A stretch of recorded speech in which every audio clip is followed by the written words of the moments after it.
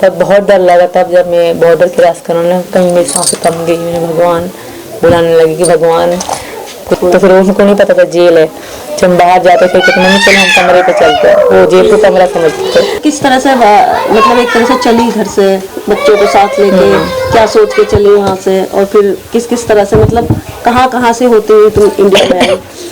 कराची से हम ऑटो पे निकले, एयरपोर्ट पे आए। एयरपोर्ट से ही मतलब सीधा जैसे होती है चेकिंग होती है 3-4 जगहों पे, वहाँ हुई इमिग्रेशन फिर क्या कहते हैं वो हुई। उनके बाद फिर लास्ट में मुझे रोक दिया गया।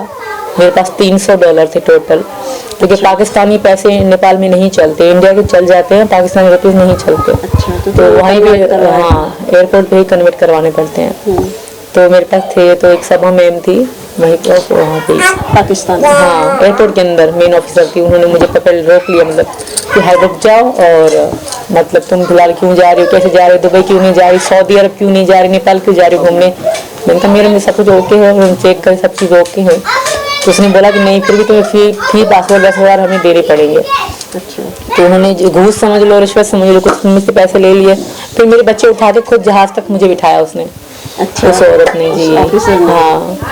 फिर ऐसे हम वहीं से निकले। फिर 11 घंटे का स्टे था मेरा दुबई में, दुबई एयरपोर्ट के अंदर ही। अच्छा, पहले तो वहाँ से दुबई के लिए गए? क्योंकि वहाँ सीधी जैसे इंडिया के लिए सीधी फ्लाइट नहीं आती ना, तो वहाँ नेपाल के लिए सीधी कोई फ्लाइट नहीं है।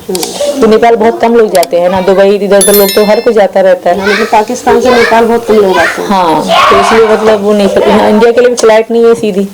अभी हमारी मतलब ये जो मैच चल रही थी भारत में, तब भी तो खिलाड़ी लोग आए थे, तो वो भी ऐसे आए थे ना। अच्छा, वहाँ से वहाँ तक ऐसे होता है। हाँ, तो इस तरह मैं भी वहाँ से दुबई के 11 घंटे का स्टे था।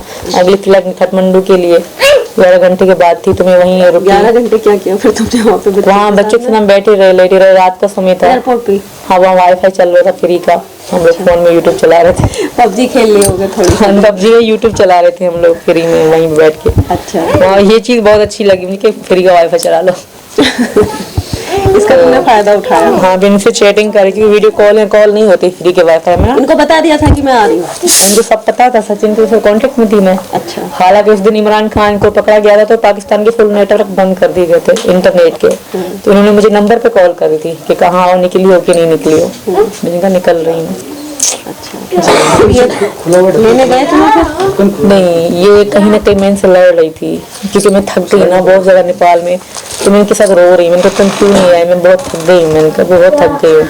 फिर उन्होंने कहा तुम एक रात रुक जाओ, आराम कर लो नेपाल में, कल सुबह को निकलना। फिर मैंने ऐसे ही करा, रात को रुकी नेपाल में पोखरा में। फिर सुबह को सवेरे में निकली 6 बजे, 2 दिनों बाद इंडिया पहुँचे 13 मार्च। नेपाल से इंडिया कैसे आई?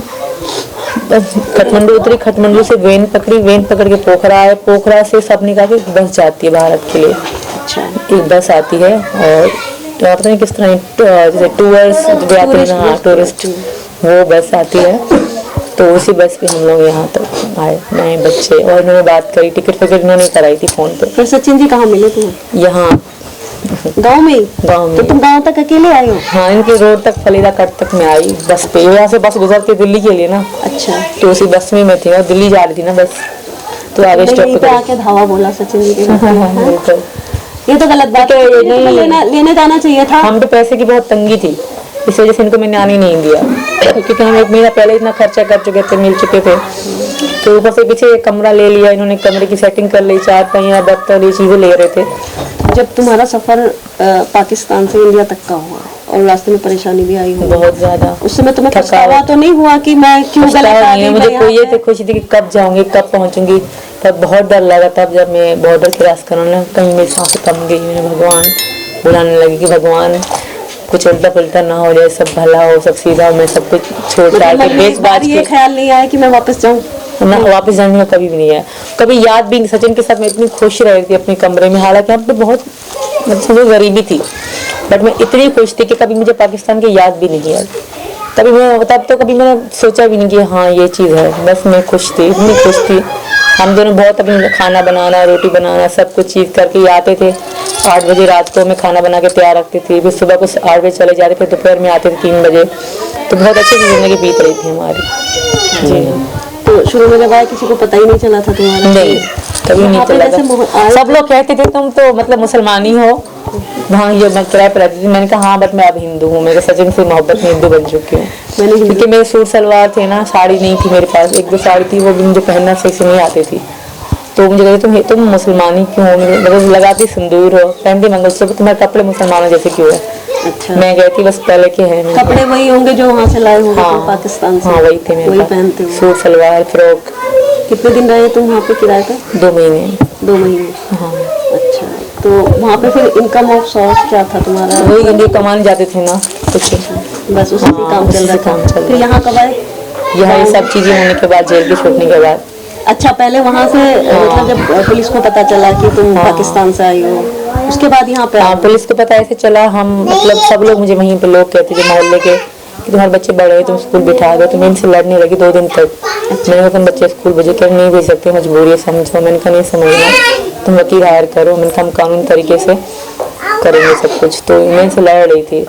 तो फिर इन्होंने एक बात करी, उनके अपने गांव की, उनसे बात करूँ, मतलब ठीक है वकील के पास चलेंगे। फिर हम सुबह को तैयार होके दोबारा से कोर्ट में शादी करने के लिए वकील के पास पहुंचे। तो वकील मैं सारे डॉक्यूमेंट्स, पासपोर्ट, बच्चों के बेफाम, मेरा शनाख्ती कार्ड, अब्बू की शनाख्ती कार्ड की कॉपी, सब कुछ लेके गई। तब मैंने उनको पूरी कहानी बताई कि ऐसे मैं आई हूँ, मैं अब नहीं जाऊँगी कभी, मैं शादी करना चाहती हूँ, अब हमारी हेल्प करो। फिर उन्होंने कहा ठीक है मैं आपकी हेल्प करूँगा। उन्होंने मेरे सर पे हाथ, क्योंकि मैं रोई, क्योंकि एक बार मुझसे मजाक कर रही है, मुझे मजाक कर रहे हैं, फिर मुझे क्या डरा रहे हैं कि तुम अब रुक जाओ, हम ये करेंगे वो करेंगे। मैंने कहा करो जो करना है, बट मैंने कहा मैं सच में भैया एक पल नहीं रहूँगी। तो फिर मैं रो पाई। तो उन्होंने मुझे हंसाया फिर कि चिंता मत करो, हम तुम्हारी कल शादी करवा देंगे। तो जैसे हम घर पे आए खुशी खुशी, तो दूसरे दिन में पुलिस नहीं गई। उन्होंने पुलिस को खबर कर दी कि ये पाकिस्तान से, हाँ अच्छा, बुलंदशहर में रहते हैं वो। तब हम बुलंदशहर गए तब थे। घबराहट हुई थोड़ी बहुत जब पुलिस तुम्हें लेके जब गई? पता पड़ने की पुलिस ढूंढ रहे, बहुत घबराहट हुई, बहुत। हम फिर बुलंदशहर चले गए। फिर वहीं पुलिस ने एक दिन दूसरे दिन पकड़ लिया। अच्छा, फिर मैं बुलंदशहर से? हाँ, फिर दूसरे दिन मैं उनके आगे हाथ जोड़ी, पैर पे। जब पकड़ रहे ना, मैं रो रही, मैंने कहा मुझे वापस नहीं जाना, आप जो कहोगे मैं करूँगी, जो सजा दोगे कबूल है। लेकिन फिर उन्होंने कहा वापस सच बोलना, और तुम सच बोलोगे तो सब भला होगा। बस इतनी ही कहानी हमारी। उसके बाद जेल के बाद में यहाँ पर। और उसके बाद सीमा ऐसे फेमस हो गई? हाँ कोई सेलिब्रिटी भी इतना फेमस नहीं हुआ होगा बिल्कुल। हाँ, न्यूज़पेपर में अब जब मैं जेल में थी ना, तो जब हम सच में, मैं पहली रात तो बहुत रोई, और सच में मतलब बच्चों को खाना किसी औरतों ने खिलाया वहीं पे, तो सारी चीज़ें सुबह के अखबार में आ रही है। सीमा रात को यंगर आइयाँ, सचिन के प्यार में रोई, खाना नहीं खाया, भूखी सोई, तो सारी चीज़ें सुबह को न्यूज़पेपर में आ रही थी। तो कैसा लगा अपने बारे में इस तरह की न्यूज़ सुन के? तो मैं फिर मुझे चौंके में अच्छा न्यूज़ में तो आ रहा है। फिर मैं रोज़ाना उनको कहती मुझे न्यूज़पेपर ला दो। किसी औरत के पास जाके बैठ के पढ़वाती थी, मुझे पढ़ के बताओ, क्योंकि हिंदी तो मुझे आती नहीं। फिर मुझे बताती थी कि आज तुम्हारी न्यूज़ आई है, ये चीज़ तुम्हारे चल रही है, ऐसे। बट वो बहुत मेरे लिए बहुत बुरा समय था, मेरे बच्चों के लिए। जब मेरे बच्चों के साथ जेल में थी ना, वो मेरे लिए बहुत कठिन था। अच्छा, बच्चे साथ में थे? बहुत। मेरी बेटियाँ मतलब डर जाती थी बच्चे बाहर जाए, मतलब सचिन जी चले जाए बाहर और बच्चे चले जाए, हाँ। मैं पूरी जिंदगी जेल में रहूंगी। अगर मुझ पे है तो मैं रह लूंगी। बच्चों का मुझे देखा नहीं जा रहा था ना, माँ से देखा नहीं जाता बच्चों का दुख थोड़ा। तो फिर उनको नहीं पता था जेल है। जब हम बाहर जाते थे तो मम्मी चलो हम कमरे पे चलते हैं, वो जेल को कमरा समझते थे। वही सोचते होंगे कि हम यहाँ रहने आए हैं। हाँ, उनको नहीं पता था हम जेल में हैं। वो कठिन था, बहुत कठिन था मेरे लिए। और अब का टाइम, अब बहुत भगवान की पूरे कृपा है। कठिन समय बीत गया, अब कैसा लग रहा है कि अब अच्छा लग रहा है। अब बच्चे बहुत खुश हैं। सबकी ज़िंदगी में दुख आते हैं, मेरी ज़िंदगी में भी आए, तो भगवान की कृपा है। तो ये थी सीमा जी की कहानी। इतने सारे दुख सहने के बाद और इतनी कठिनता से कैसे करके वो पाकिस्तान से दुबई होते हुए और फिर नेपाल आई, उसके बाद फिर इंडिया आई, वो भी अकेले बच्चों को साथ लेके। तो बड़ी हिम्मत है इनकी, बहुत। मैं तो दाद देती हूँ उनकी हिम्मत की कि इस तरह से कोई औरत अपने बच्चों को साथ लेके ऐसे आ सकती है, अपना घर छोड़ के, वहाँ जहाँ पे वो पैदा हुई थी, जहाँ बड़ी हुई, शादी होके आई, वो सारा घर एकदम से छोड़ के आ गई वो। तो ये थी, मैं सोच रही थी मैं आऊंगी तो सीमा जी से इनकी कहानी जरूर सुनूंगी। मैं बहुत ज्यादा इम्प्रेस थी सीमा जी से, और सोच रही थी कि जरूर जाके यही बात पूछनी है मुझको, यही इनके बारे में जानना है कि किस तरह से इनकी जिंदगी का ये टाइम कटा। और अब तो आप सबको पता ही है किस तरह से सीमा जी अपने मतलब सेलिब्रिटी की तरह फेमस हो रही है। नमस्कार।